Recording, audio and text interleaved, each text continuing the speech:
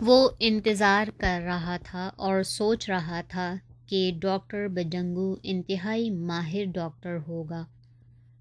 اسی وجہ سے وزیر اعظم کے آپریشن کے لیے اسے 20 میل دور سے بھیجا جا رہا ہے۔ ڈاکٹر بجنگو ایک مقامی ڈاکٹر تھا اور حقیقت یہ ہے کہ جزیرے میں اس سے زیادہ قابل کوئی ڈاکٹر نہیں تھا۔ اسی لیے حکام کی خواہش تھی کہ وزیر اعظم کا آپریشن وہی کرے۔ غالباً اس میں ایک مصلحت یہ بھی تھی کہ اگر آپریشن ناکام ہو جائے تو ناکامی کا الزام فوجی ڈاکٹر پر نہ آئے۔ ڈاکٹر جان نے یہ سوچتے ہوئے اثبات میں سر ہلایا کہ اگر وزیر اعظم کا آپریشن وہ تنہا کرتا اور آپریشن ناکام ہو جاتا تو اس کی ناکامی سیاسی حلقوں میں افواہوں کا باعث بن سکتی تھی۔ جب اسے یہ بتایا گیا کہ وزیر اعظم کے کیس کا نگراں ڈاکٹر بجنگو ہوگا تو اسے یہ یقین دہانی بھی کرائی گئی تھی کہ ڈاکٹر بجنگو برطانیہ سے ڈاکٹری کی اعلیٰ تعلیم حاصل کر کے آیا ہے اور اس کا شمار دنیا کے بہترین سرجنوں میں ہوتا ہے۔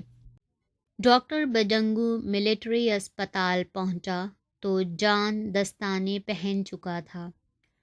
افریقی ڈاکٹر نقاب اور سفید ٹوپی پہنے ہوئے تھا۔ وہ جان کی طرف دیکھ کر اثبات میں سر ہلاتا ہوا آگے بڑھا اور اشارہ کیا کہ آپریشن کسی تاخیر کے بغیر شروع کر دیا جائے۔ ڈاکٹر بجنگو نے جلدی ہاتھ دھوئے۔ گاؤن وہ پہلے ہی پہن چکا تھا۔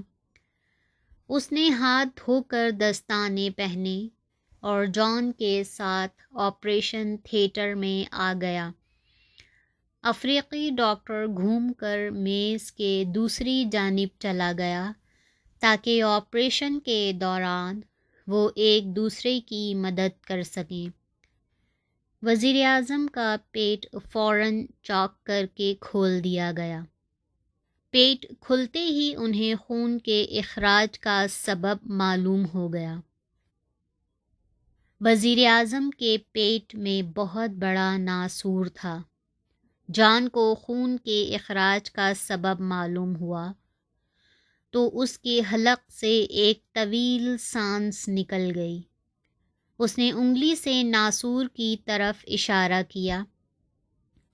دونوں تیزی سے کام کرنے لگے۔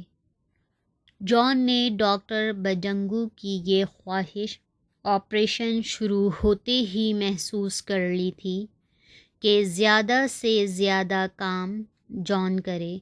اسے افریقی ڈاکٹر کی اس خواہش پر حیرت تو ہوئی مگر اس نے کوئی رد عمل ظاہر کیے بغیر بیشتر کام خندہ پیشانی سے اپنے ذمے لے لیا تھا۔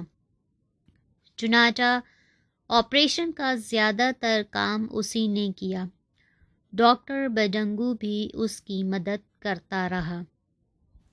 جان نے ناسور کی طرف اشارہ کیا تو ڈاکٹر بجنگو نے اثبات میں سر ہلایا اور اپنے دونوں ہاتھ مریض کے کھلے ہوئے پیٹ میں داخل کر دیے۔ دونوں خاموشی سے جلدی کام کرتے رہے۔ ڈاکٹر جان نے ناسور میں ٹانکے لگائے۔ جب وہ آخری ٹانکا لگا رہا تھا تو ڈاکٹر بجنگو نے جلدی سے قینچی آگے بڑھائی اور دھاگا کاٹ دیا۔ جان نے محسوس کیا کہ یہ حرکت اس سے غیر ارادی طور پر ہوئی ہے۔ ڈاکٹر بجنگو دھاگا کاٹتے وقت جھٹکے کی وجہ سے توازن برقرار نہیں رکھ سکا، اس لیے قینچی اچانک پھسلی اور ناسور میں گہری دھنس گئی۔ ڈاکٹر بجنگو نے جلدی سے قینچی نکالی۔ قینچی نکلتے ہی ناسور سے خون کا فوارہ ابل پڑا۔